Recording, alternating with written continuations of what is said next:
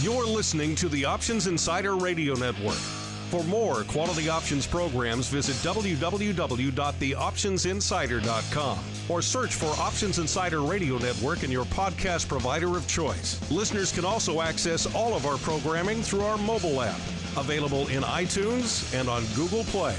Don't forget to follow along with your favorite programs and submit your own questions for the hosts at twitter.com/options, facebook.com/theoptionsinsider, or via questions at theoptionsinsider.com.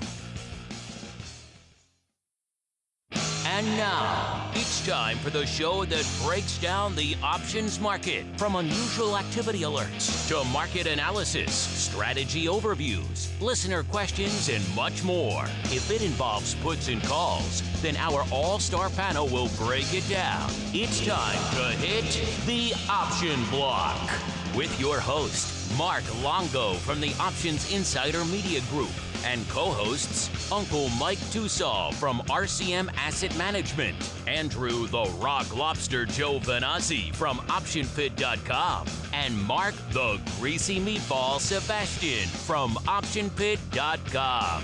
And now, get ready to hit the option block.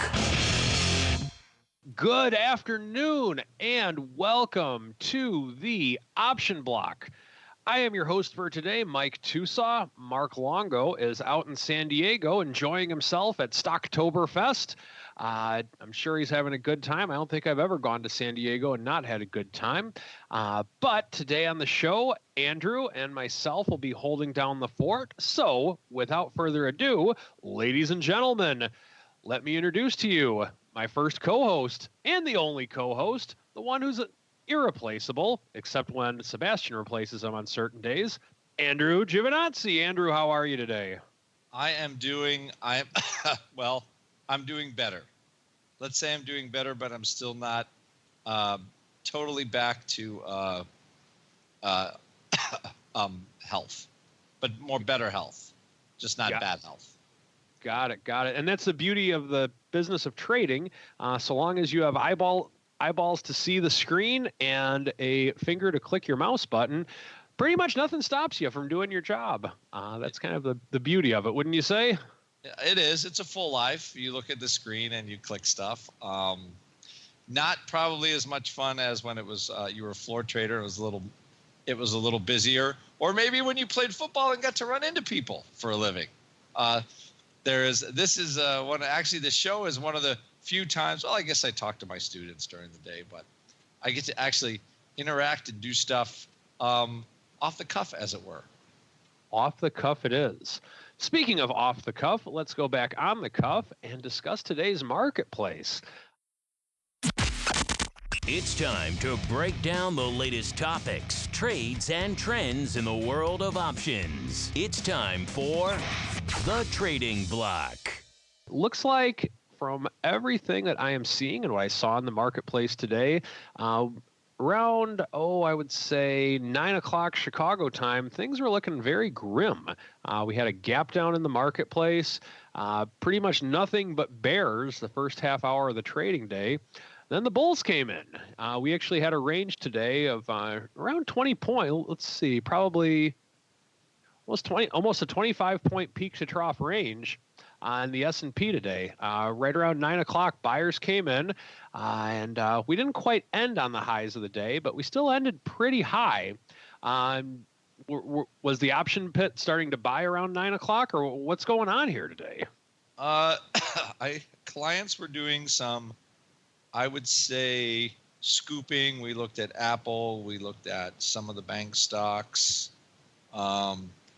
I dabbled with XIV but didn't do anything because normally I don't like selling the first vol sale with a vol product or using a vol product for kind of that first jump in volatility. I like to see things materialize. But yeah, there was some scooping, and it was just, as we have said on this show, of course, the umbrage for Mr. Longo always sounds better, but just more confusion by the Fed. I don't know what we're paying them to do because they never can make a decision, for crying out loud. Just raise some rates and be done. At this point, they just talk a lot about it, and I think ultimately the equity markets are trying to figure out, okay, rates are going to go up, but they're not going to go up fast. And what's that going to mean for us? And probably all this QE crap that's been going on is going to end. So, I think equity markets are in real flux. You've been waiting for 2,200 in the S&P 500. We're not there. We have pulled back again, another, 3%? We're at 60, almost 70 handles to get back there. So I don't see what's going to get us there anytime soon unless corporate earnings actually start giving us a reason to buy stocks again. But I mean, we have relatively higher equity prices, and we need some actual earnings and economic growth and fiscal restraint and all that kind of stuff that makes stocks grow. And I haven't seen it yet. In the we'll just call it in the post QE era, which is I think what we're in. The post QE era. I love it. Yeah, and just to kind of add to that, just some other news from the day. I have in our show notes from Mark, Dow drops amid weak China data, as well as rate fears. I mean, China still does play a big part in everything that we do. We haven't said anything about China in the last 8 or 9 months. I remember everyone was freaked out at the beginning of the year when we had a near 10% drop in equity markets on the January-February in the January-February China era, so to speak. But that's one thing that we also have to keep our eye on, I would believe. With China going into the mix, do you have any thoughts on, I guess I've always viewed China as we need them, they need us, but we really don't like each other very much, but we kind of cooperate because we know that we need each other.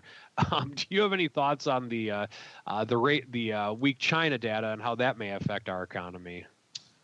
What is it like? What is it? All the big news agency like Dow Jones, Reuters, and Bloomberg. It's kind of competition, but it's co-opetition. I don't know. It's China is a growth place. You want growth. You want growth everywhere, and you want growth. You want more trade. So there has been that let's just say the worry that the growth in China is going to just come to a screeching halt and all their banks are going to collapse and it's going to be a total mess. And I think that came about a couple times early in January. And we saw what that was worth. And I think that was part of the flash crash in August. It makes the S&P 500 go to 1,800.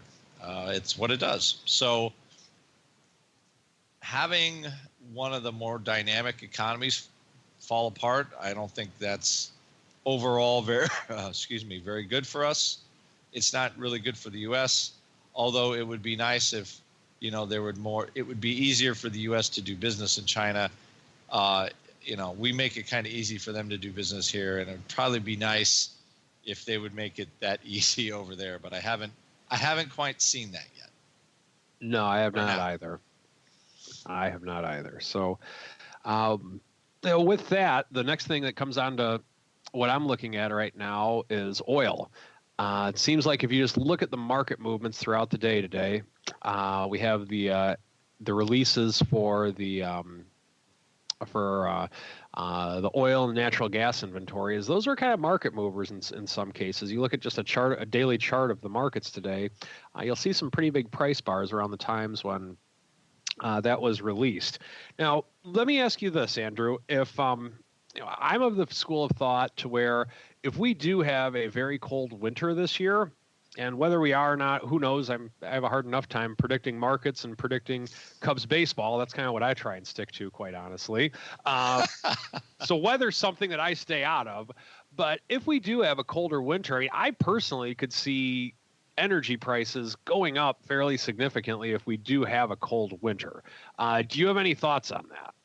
I think we could. I mean, I'm looking at natural gas was up a little bit today. 3.5% is not nothing, considering how much of the stuff we produce.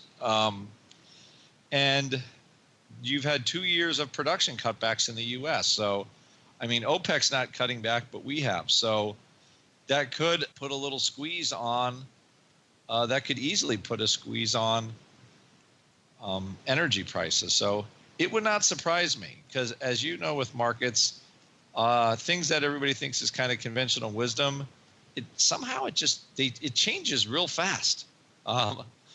What we think is gospel one day seems to be totally different the next. So the death of oil prices has been the main, the main driver. You went from $120 a barrel down to 35. I'd say that's a pretty big move. Inflation adjusted, I think it was a huge move relative to what happened in the late 90s. If anything, technology has made it easier for production to basically to get turned off. And it would not surprise me to see things squeeze up a little bit. What I would like to see is I would like to see us export more gas, kind of break that Russian monopoly, but we're not quite there yet, unfortunately. We're just started to do that, and it takes so long to create those export hubs for natural gas, and I think ultimately that would help. It might raise prices a little bit here for natural gas, but it would also bring energy costs down all over the place because natural gas is cheap here, but it's expensive everywhere else. But it would not surprise me to see a little pop in oil. And if all the acorns that have fallen out of the trees around my house are any sign, we're going to have a cold, snowy winter. The eyes of the world are headed to Maine to see what kind of a winter we're going to have.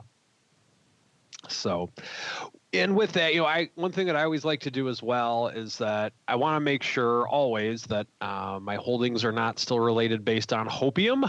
And everyone knows, all of our listeners know of one of my holdings for this year has been XLE. And it has done very well thus far this year on the buy and hold side of it. I still stand by that. I still think we have a lot more upside in that for a variety of reasons. And if we have the cold winter, like our head Maine weatherman is predicting, then that could just be something even better for what we are looking to do with that stock pick. So, Andrew, anything else that we want to go through before we go into our odd block? Nothing really. I just it's that the energy thing is interesting, but some earnings weren't bad today. We did have a little, the airlines looking not bad earnings wise. So, I mean, we're just starting, but, it's decent airline earnings are always a good start. So maybe it might be time because they're definitely pumping around down toward the lower end of the range. Just what we're talking about, energy prices might firm up a little bit, which usually is not great for airlines. And they've sold off from their highs on that expectation. So I've never remember airlines making so much money and having such relatively low valuations, but maybe everybody's right. And just the fact that oil prices are going up means airline earnings are going to be kind of flat from now until the near future. So, but anyway, that's about the only thing extra I would add is that we're rolling into earnings season. It is, and I think tomorrow, we'll talk about this more on Around the Block, but with a lot of the financials reporting tomorrow, I think that'll be also a pretty clear tale of everything. But with that, let's do a transition out of the trading block and move into the odd block.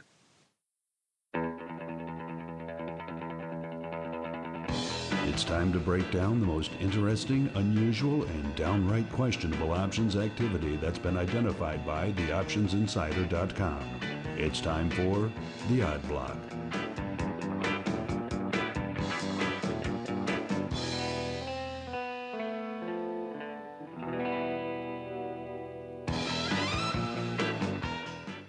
And welcome to the Odd Block, the section of our show where we are looking at some things that kind of make you scratch your head a little bit on what's going on in the option world. The first one that we have to talk about are in the money calls and puts trading on JCI, Johnson Controls International. Shares are down 76 cents to $43.30. JCI is near the top of its 52-week range.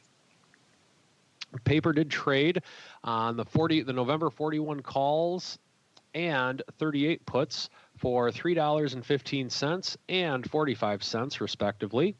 It was 2,839 contracts. The average daily volume is just around a little over 2,000. And the open interest is, 3 contracts. So on there, the kind of makes you take a look at that a little bit further with those numbers. Volume did go up in 2 blocks on the Amex. The trade went up over the midpoint. So most likely this is a long delta straddle. Trader using the put as a hedge. JCI does report earnings around November 11th. So this could be kind of the classic strangle play to where you're buying long premium and you're looking for some type of large movement within the underlying based on the earnings report. Andrew, what are some of your thoughts on this? Do you remember, I think Johnson Controls is the old Tyco. It is. If you think back into your, way back into your, back then, what was that guy, Dennis Kozlowski, who used Tyco, basically spent all that money on really nice apartment and stuff in Manhattan, I think. Anyway, don't you find this, I think this is kind of an odd, I was looking at it, price pretty far above the midpoint, so it looks like buy. Kind of an interesting purchase on why would you buy, Mike Tosaw, why would you buy an in the money strangle like that, with the call being in the money, the put being slightly out of the money? I found it a very interesting trade construction, I have to say. And I would do, if I'm looking to do something along these lines to play earnings, I would probably lean more towards a back spread. I typically not an earnings guy, and usually if I am going to play earnings, I'm going to pick a side and maybe do some type of a spread that way. But if I were to try to play both sides of a trade, I would probably lean towards more of a back spread. How about yourself? I would too. It looks just really wildly bullish. Like somebody is expecting either good news or a huge bounce in the stock price. I mean, it was in the mid 50s not long ago. So somebody's expecting something. That's all I'm going to say. It sold off recently. It just looks like a pretty big bounce play, very short term, and it looks like they're trying to grab the earnings. So, again, I find this odd because you have earnings and the puts. If you look at it, if they truly did buy the puts, and I see them, the puts are actually quite a lower price than they traded today when they closed. They paid 45 cents for them earlier in the day, and they went out offered at 38. So I don't know how much the puts really help you at $38. You would need the stock to go to about 35. So it makes little sense to me to do it that way, because you're buying puts that really, they're not helping a whole lot, and it doesn't look like they got a 45-cent sale off at the time. That would be the fill of the century, if that were the case, I would say.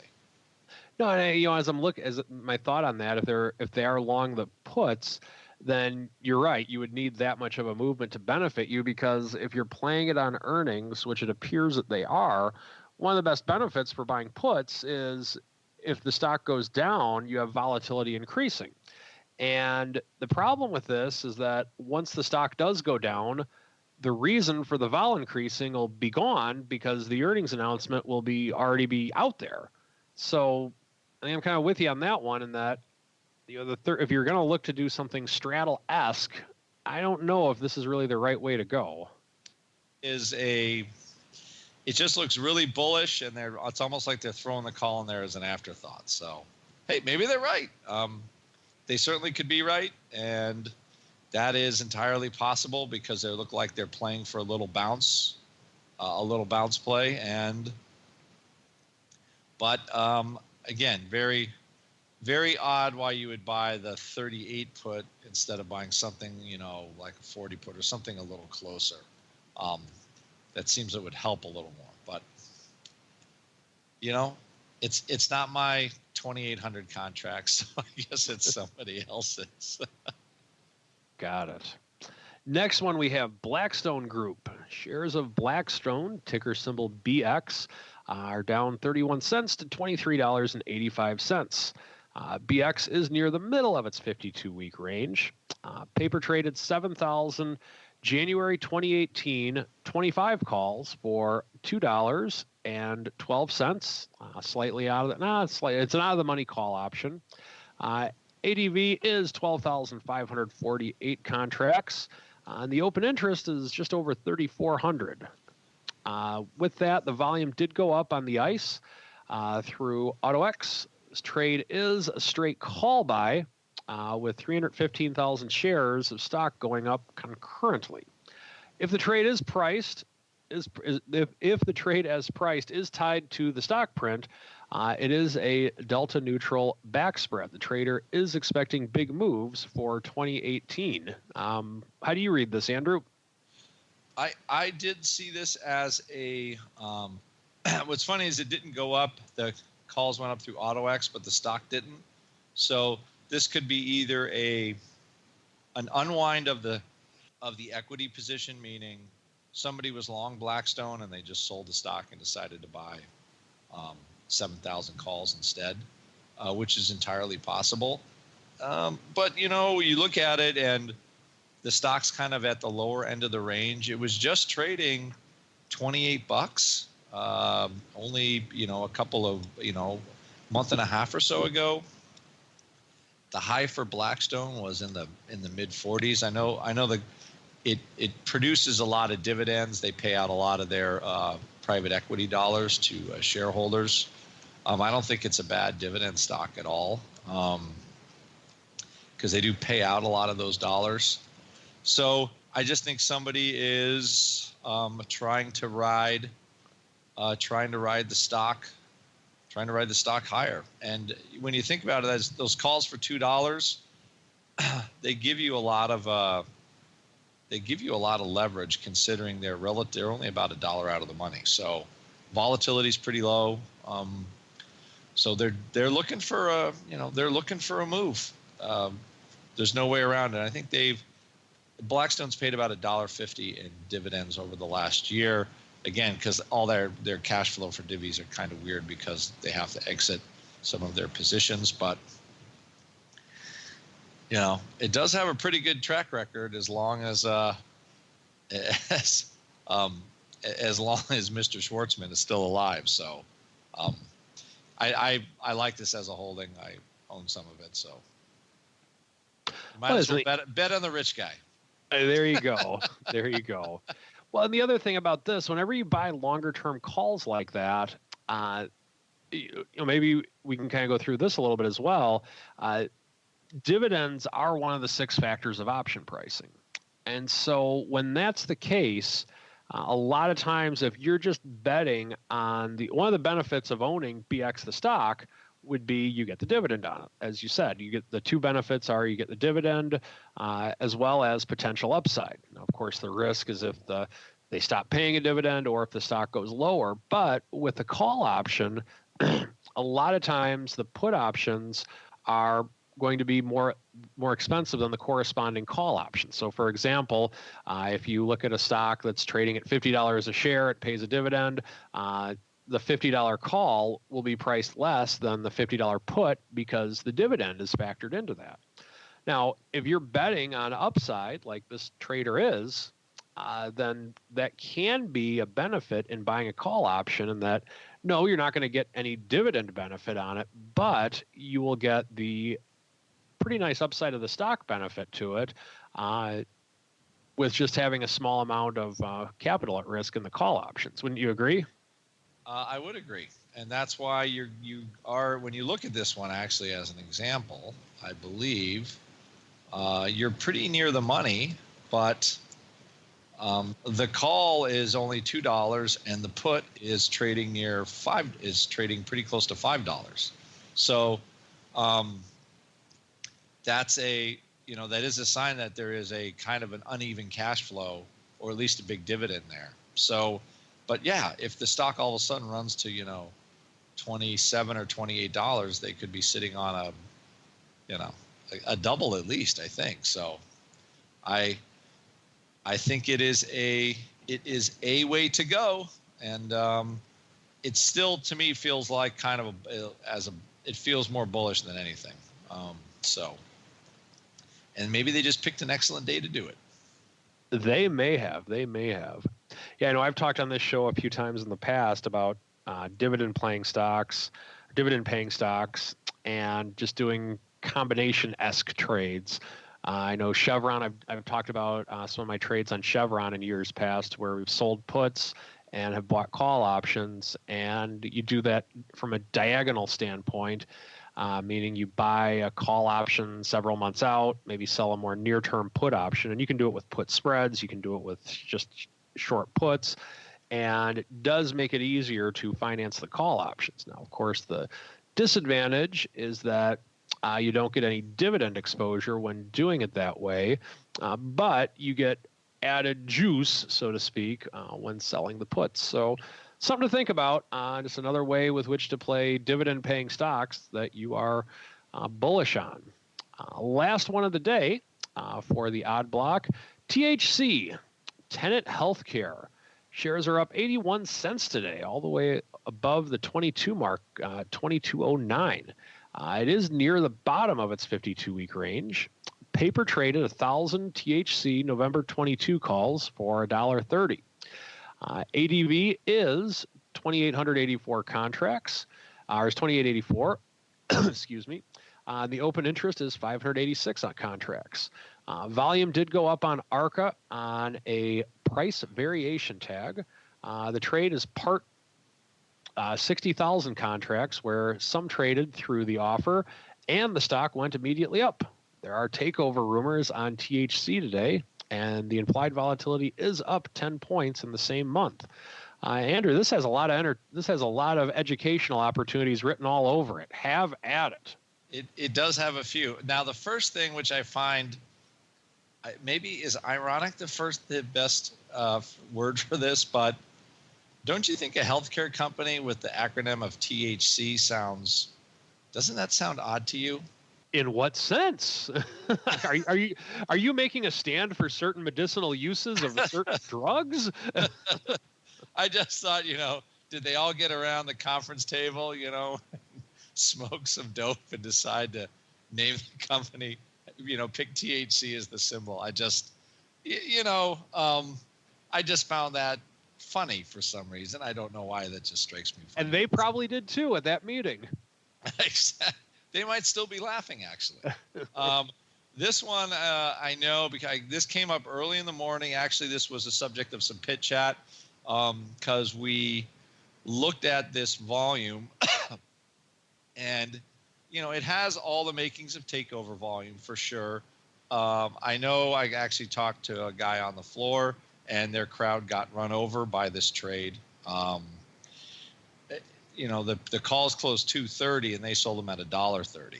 And as soon as they sold them, the stock just launched higher. So somebody knew something, absolutely, for sure. At least they were able to front run the news. So what I found interesting is he went through this in our chat room, is we're trying to find a way to play the stock because it's pretty close to multi-year lows right now. I don't know if I think they've had a big markdown trying to get Medicare reimbursements and stuff like that. So their earnings have dropped considerably. It used to be a $60 stock and, it's been just kind of hovering around 20. I don't see them paying a dividend anymore. So they're making earnings, but they're having trouble with earnings growth. So it makes them a possible takeover target, I guess. So what I try to go over yesterday is when we looked at this stock, I was showing them when the stock was $2 lower, trading 21. The November 20 puts, the market on them were 75 a dollar. Now, with the stock trading up $1.85, you would think those puts would go down. But lo and behold, they didn't go down. They're actually, you could have sold them for 75 when we were looking at it with the stock trading 22. So actually with the stock climbing, the puts actually were unchanged. And you say, wow, how does that work? That's because the implied volatility have, exploded in November. So what I was trying to do, we were trying to look for a trade where, I don't know if you want to spend your hard-earned call dollars on it, but it also looked like a stock where there wasn't really a whole lot of downside in it. So maybe you sell the Nov 20 puts, but the point I was making is you're not losing a whole lot by the put sale because the put prices hadn't really gone down from where the stock was before the announcement. So if you like the stock before the announcement, you could sell puts for essentially in the same place, even with the stock $2 higher. And, a couple people in our chat room thought that was an interesting idea. And then you use that put sale, maybe buy some call spreads with it. And that could be basically a credit way to finance a possible takeover if indeed it does happen. So we looked at that and, I thought that was actually pretty interesting.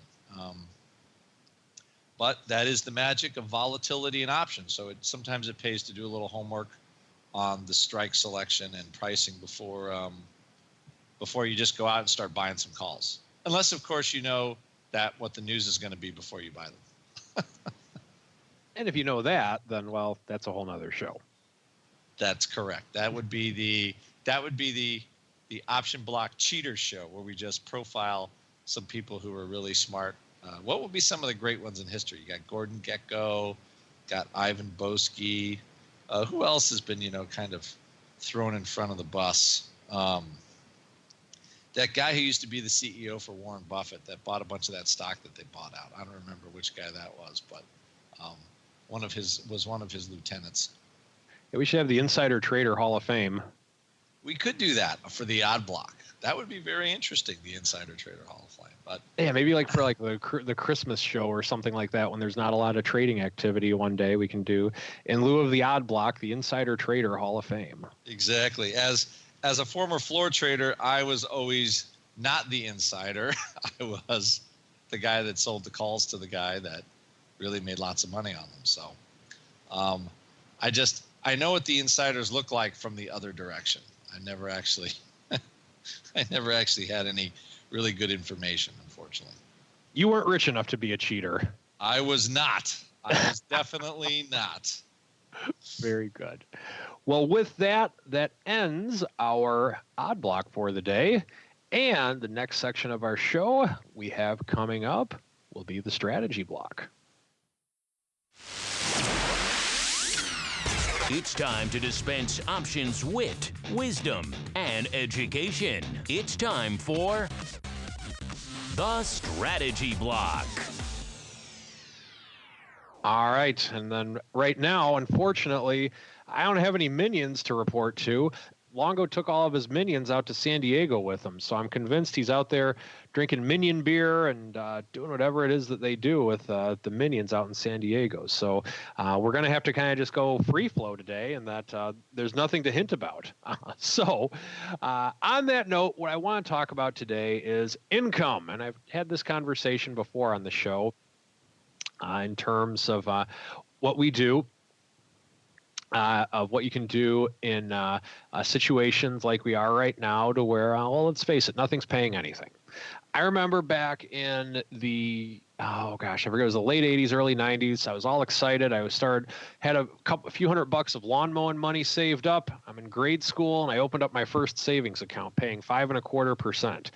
And I remember thinking, I'm like, I just remember talking with my dad about it. I'm like, so for this $100 I put in, I'm going to make 5% on. So I'm going to get 5.25% on. So I'm going to get $5.25 on it. And I get that over the course of the year. And he said, yes. I thought, wow, that is just a ripoff. I'm letting them hold my money, and they're only giving me $5.25 over the course of a year per $100. But I thought it made sense at the time. I figured, well, it's $5.25 more than what it would be in this cigar box that I have at my house right now. So what the heck, we'll put it there. Now, times have obviously changed.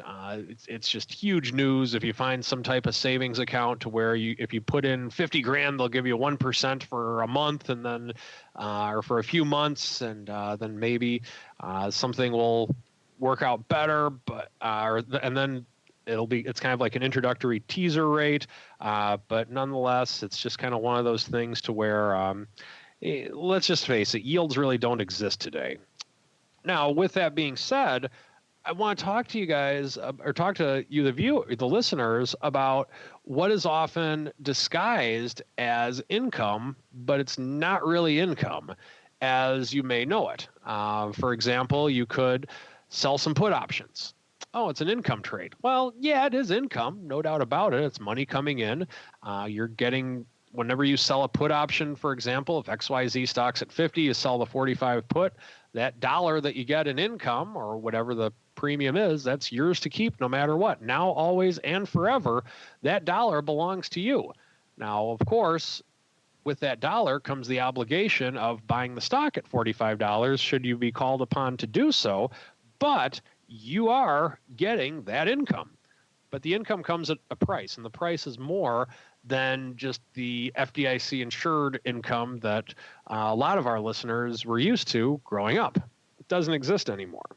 So what are some ways with which you can get income and kind of replace that? Well, what I want to go through today are some ways with which we talk to our clients about kind of working with the situation that we're in with interest rates.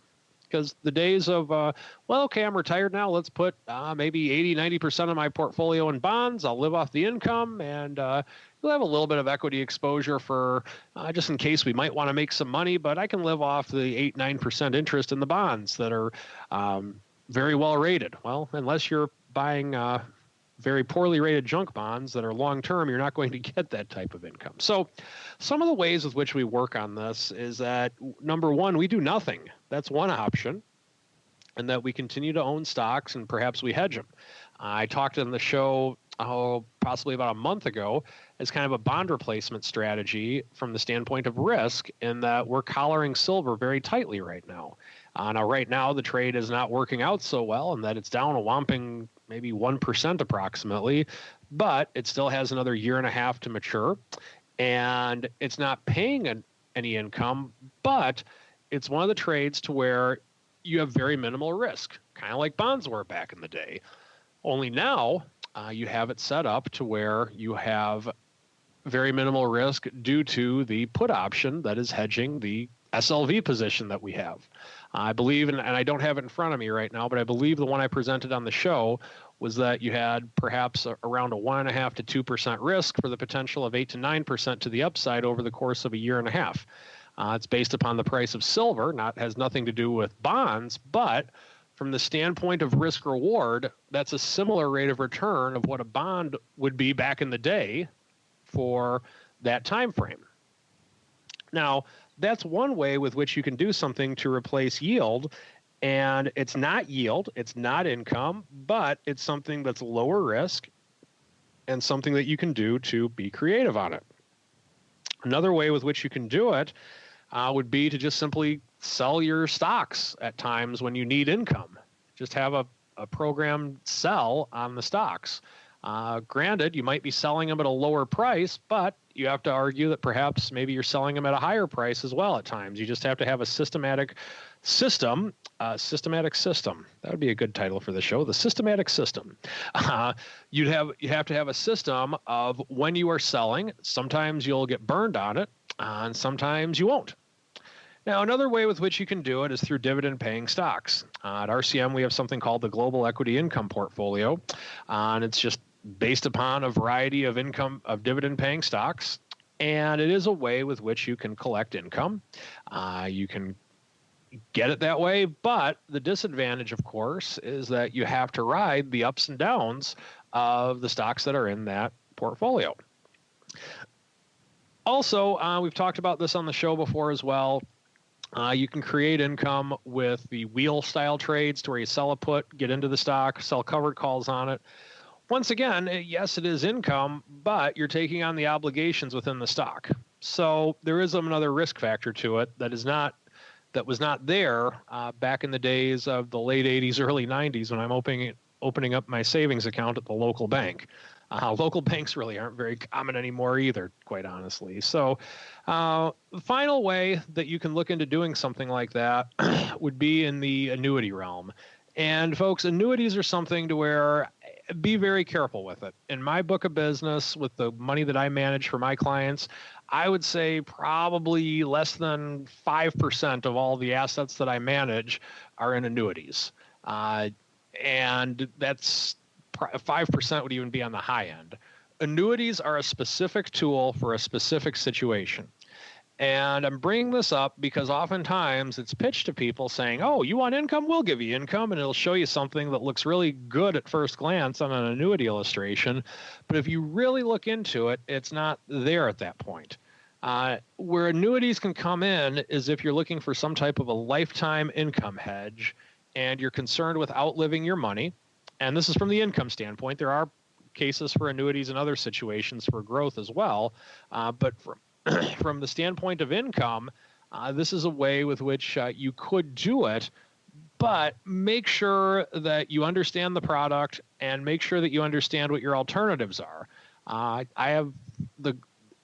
think that every annuity that I have somebody in, I think in that same household, we have some type of option exposure, and I'd have to think real hard to see if we don't have it. But I don't think there's any client that doesn't have some type of option exposure mixed with their annuity in that household.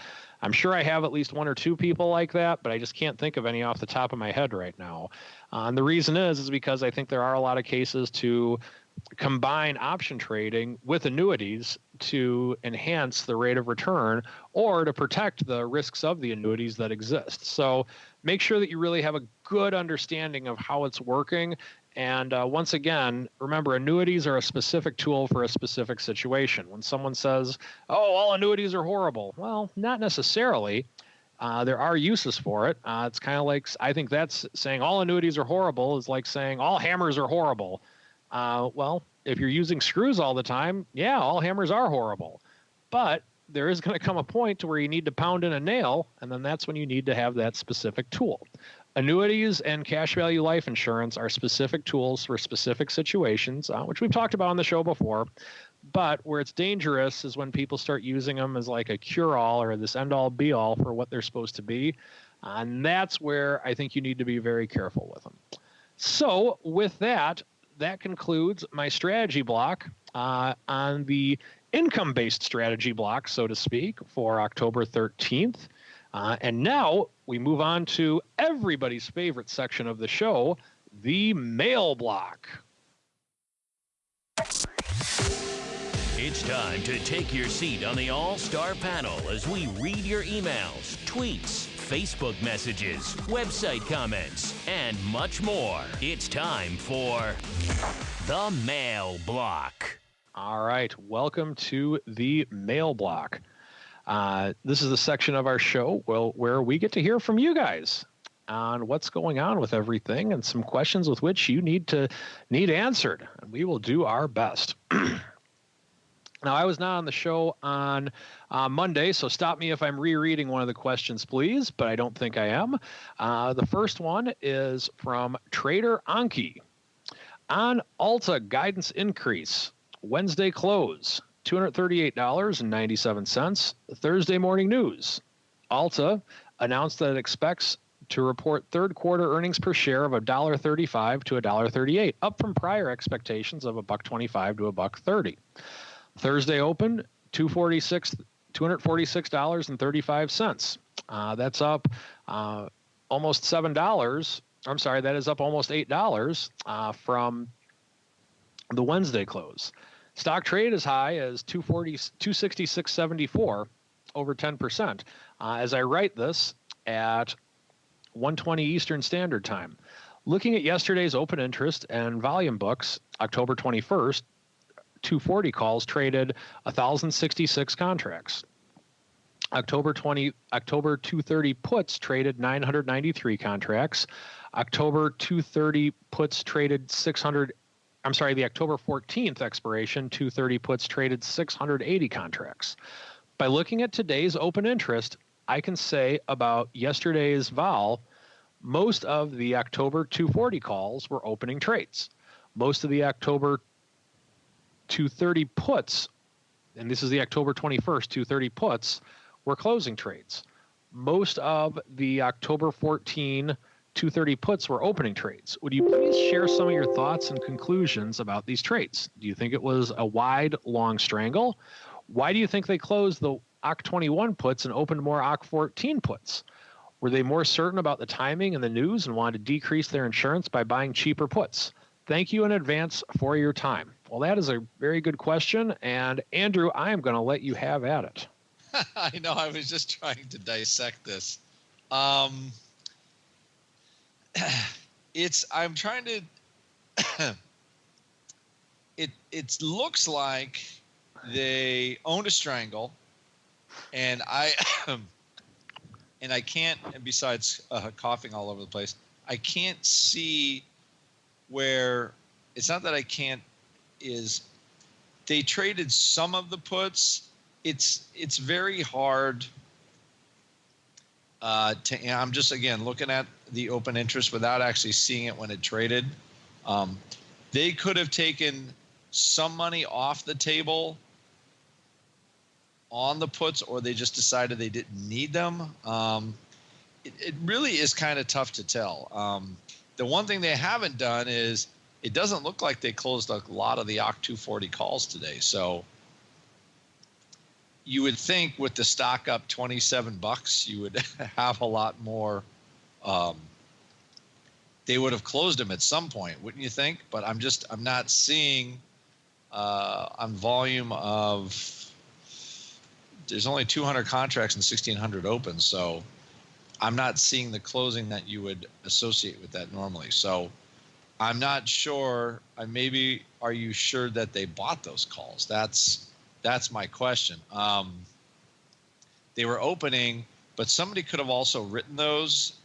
So they could, basically the traded could have been you're writing the 240 call and buying the 230 put and putting on some kind of collar. And that's maybe why it's still, the positions are still open. So it's one of those things where unless you really know what's going on with the stock or what they're doing, it's hard to just, it's hard to make heads or tails of that particular one. I have to say it's a little, let's just say the connection's a little nebulous for me to make any judgments on that as far as what's going on. But it is a little suspicious when you have that kind of paper, but you really want to see what's going on. Actually, I'm trying to look at a little bit, excuse me, of the, right, there's a bunch of paper, but if we say yesterday, and I'm looking at some of it. It's not totally clear. Yeah, you know what's funny is the OC 240 calls, the way the volume's showing, it was sale. So I'm thinking, because most of it was hitting the bid. The market was a $0.50 wide, and a lot of it was trading around $4. It had more of a look of kind of a collar type trade, where somebody could be, long the stock. They got a bit of a run, and they're trying to generate some money. So the fact that they rolled back on their puts might have been they were trying to capture something. That's all I could say with any least confidence on this particular one. So I don't think it was a strangle. It actually looked more like somebody sold the 240 calls, and the only thing because I'm seeing more 230 put buying and call selling. So I think somebody's collaring some stock at this level, and unfortunately their timing just was not really good.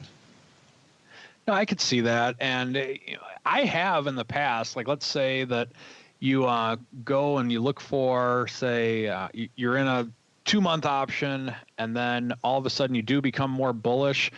Have you ever rolled in before, Andrew, to where you maybe roll into a 1 month option? I can't, not against just a regular stock. I don't think I've done that. I would have to think hard, but I don't think so.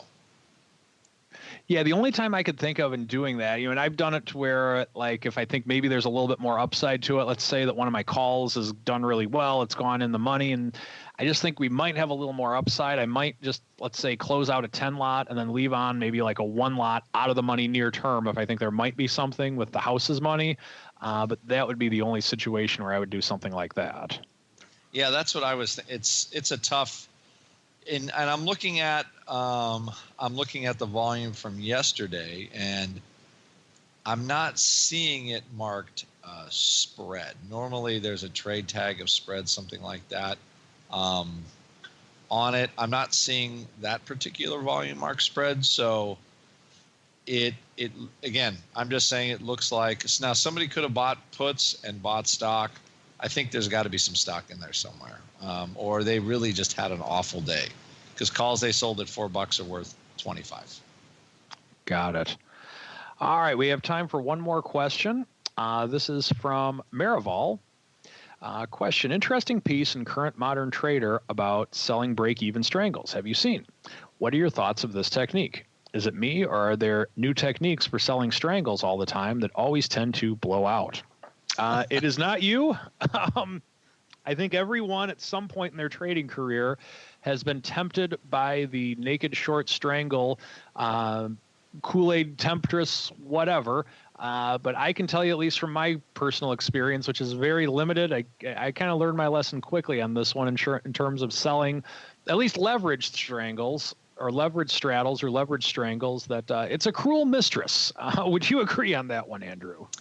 It's a very cruel mistress. I think for retail traders, if you hold it overnight, that's when you got problems. If you think you could sell a strangle because the vol's coming in a day, where there's real compression possible, I think that's certainly reasonable. But an overnight strangle is, you can do all the studies you want, but ultimately, if you get hung on it that one day, you're just a very unhappy person.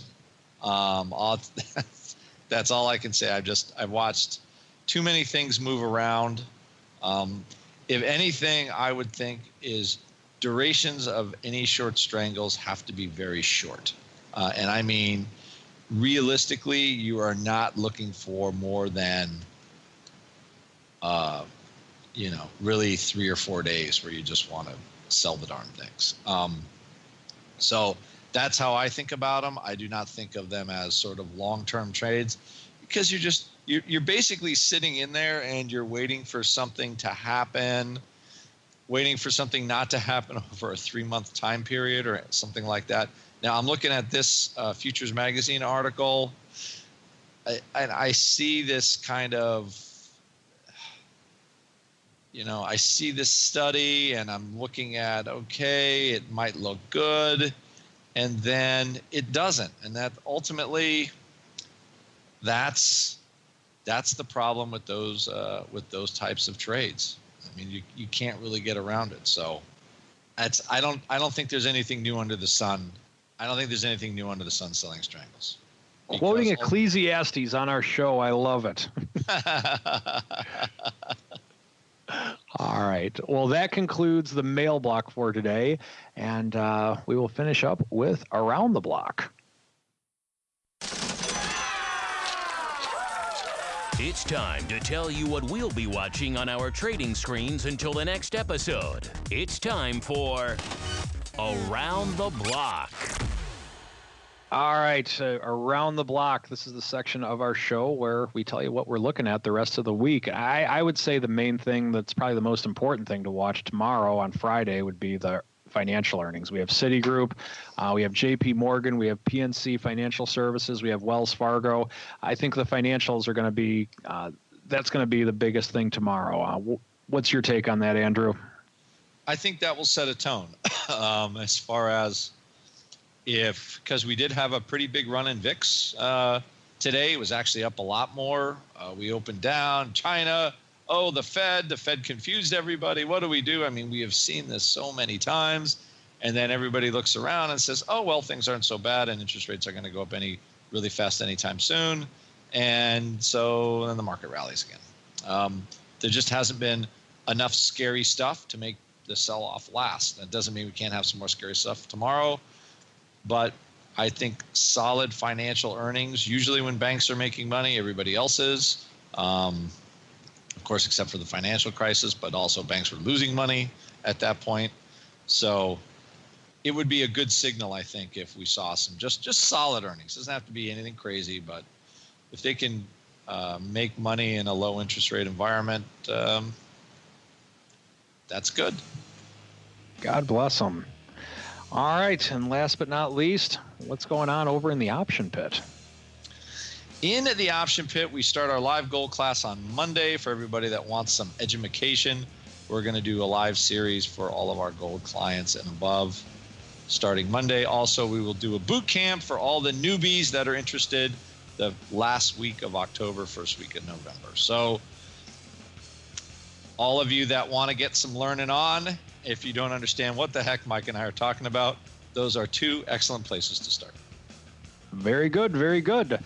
And for those of you that are looking for a financial advisor in some way, shape, or form, that if you ask them, what the heck's a put spread? He won't look at you like you have worms crawling out your ears. Give me a call. I'd love to work with you. I work with people with millions of dollars, and I work with people with hundreds of dollars and all points in between. Because of the fact that I'm very online with my business, it really makes it work well for me, and that I can leverage a lot of my time very efficiently. So I don't have any minimums and would love to hear from you. If you have any questions, feel free to give me a call at 312-212-3531 or send me an email at mtusaw@rcmfs.com. All right, and that concludes today's show for the option block, October 13th, 2016.